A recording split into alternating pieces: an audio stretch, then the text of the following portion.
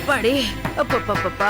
ஏண்டி அமுதா, நான் தான் என் பிள்ளைக்கு வந்து சோறு போடுறேன்னு சொன்னேன்ல, அதுக்குள்ள உனக்கு என்ன அவசரம்?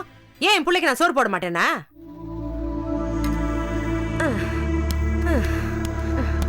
ஏண்டி என்னது இது? உருளைக்கிழங்குமா? உருளைக்கிழங்கு தான் வாய் வாச்ச உடம்பு கொத்துக்காத. இதை எதுக்குடி செஞ்ச? அவனுக்கு இதெல்லாம் ஆகாதுன்னு உனக்கு தெரியாதா? அந்த தட்டெடு தட்டெடு. முயல் மாதிரி வேலை செய், ஆமா மாதிரி அசைஞ்சு அசைஞ்சு வேலை செய்யாத. இது உனக்கு ஒத்துக்காது, வேண்டாம். என்ன கலர் கலரா இருக்கு? என்னது இது? பச்சையும் சிவப்புமா இருக்கு.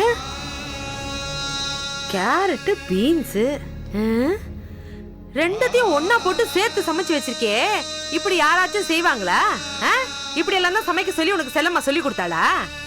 கன்றாவி, நல்லா சமைச்சு கிழிச்சப்போ இத சாப்பிட்டு என் பிள்ளைக்கு பேதி கீதி ஆயிடுச்சுன்னா யார் போய் ஆஸ்பத்திரி நிக்கிறது? நீயா நிப்ப? நான் தானே போனோம். நல்ல லட்சணமா தான் செல்லம்மா வளர்த்துருக்கா. காவால கொட்டுற மாதிரி சமைச்சு வச்சிருக்கா.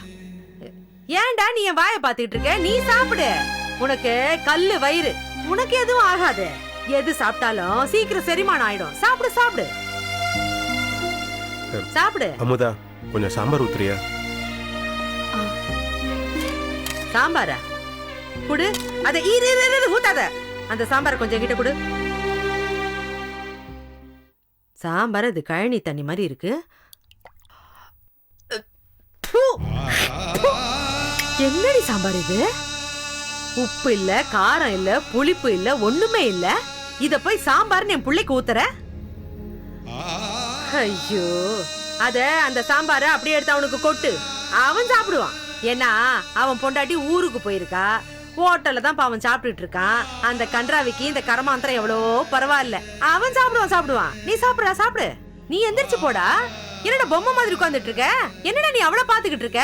இத்தனை நாள் நான் தான் உனக்கு சோறு போட்டேன், அவளா சோறு போட்டா? என்னமோ அவளை பாத்துக்கிட்டு இருக்க? எந்திரிச்சு போடா. நான் 10 நிமிஷத்துல உனக்கு நல்ல சாப்பாடை சுட சுட சமைச்சு போடுறேன். எந்திரிச்சு போ.